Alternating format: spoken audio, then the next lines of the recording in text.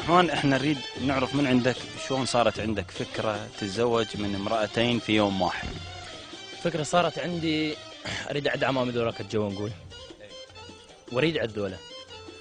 قطعت مهر هناك، مهر مله، وجيت قطعت هين مهر، فاثنين من الاثنين جبت ذيك وجبت هذه، نفس الليلة زفيت اثنين.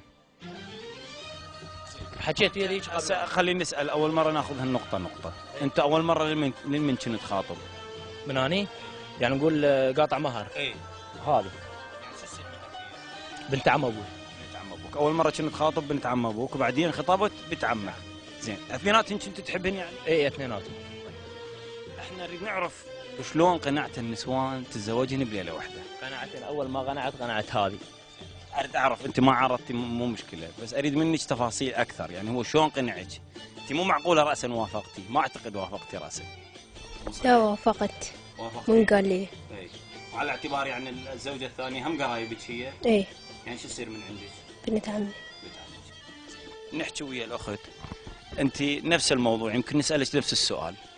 أنت هو من كان خاطب وتدرين بيه خاطب، شلون قبلتي تتزوجين النوب يعني وتصيرين اثنين بيوم واحد؟ رأسا وافقتي لو عرضتي أول مرة؟ لا بقبل رفضت.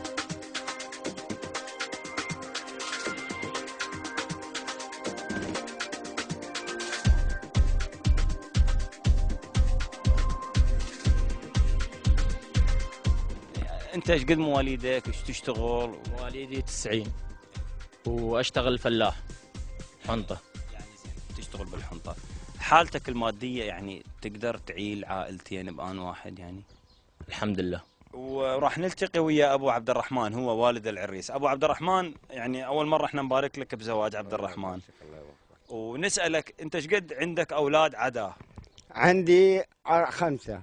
5. عبد الرحمن الخامس، 4 وعبد الرحمن يعني الخامس. عبد الرحمن أصغر واحد؟ أصغر واحد بيهم. طيب الأربعة القبلة كلهم متزوجين؟ الأربعة اللي قبله كلهم متزوجين. وعلى زواج واحد؟ على زواج واحد، كل واحد عنده وحدة، بس أريد أزيدهم كل واحد عنده باثنين. يعني ما معنى الحركة منك أنت؟ إيه من تزوج من تزوج مرتي، يعني الحركة من عندك مو من عندهم، مو من عبد الرحمن. أني زين. يعني أنت نريد نسألك، هو لازم استشارك بالموضوع، من نوى يتزوج اثنين بليلة واحدة لازم استشارك، شنو اللي صار؟ استشاري ورهمت. حشاية شغلة رهمت، هو رحمها وأنا هم ساعدته. نعم. إي. يعني اقتنعت بالفكرة؟ نعم اقتنعت بالفكرة، ولو صح لي كل واحد انه بناخذه 3. ما شاء الله يا ربي. انت اذا هيك، اذا النسوان كلهن عقدت عليك الشناين. والله حقنا هذا عاد شيء بكيفه. احنا هذا قصدنا، يعني القصد انت من استشارك شجعته بالموضوع، لان نعم. انت تكيف يتزوج اكثر من مرة. نعم. طيب احنا نسأل عن عبد الرحمن، يعني شغله وضعه، يعني شوفه يقدر يعيل بيتين بآن واحد يعني؟ والله هو رجال يشتغل، واحنا شغلتنا الفلاحه. نعم. ما عندنا غير شغلة الفلاحه. نعم. لا عندنا راتب، لا عندنا وظيفه، لا شيء. نعم. بس شغلة الفلاحه عايشين. انت اخو العريس، اريد نسألك يعني شنو اللي صار بليلة العريس، وشون يعني انت تقبلت الفكرة مال عبد الرحمن؟ شجعته ما شجعته؟ والله شجعناه على هذا العريس، وقلنا له عافية، ومشينا كنا وياه، ووقفنا له ليلة العريس، وسوينا له عريس، وعزمنا العالم، جوارينا كلها عزمناها، ودبشنا له ليلة العريس، وفرحنا يعني فرحة كبيرة. ما ناوي تخطي نفس الخطوة؟ لا والله احتمال يعني ما نقدر نخطي نفس هذا الخطوة مالته.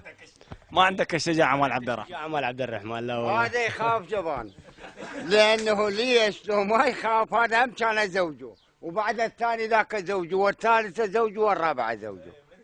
انت مدك تزوجهم كلهم مرة الاخ؟ لا حجاني ماني ناشد، ما اقول خصام هرشيك، وين تقبل ثم جبناء الباقي ما يقدرون عليها.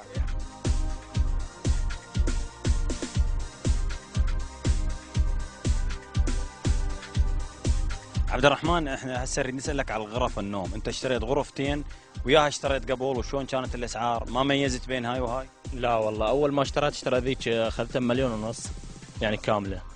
بعدين على إمكانيتي يعني أخذت هذه هذه صارت ب 400.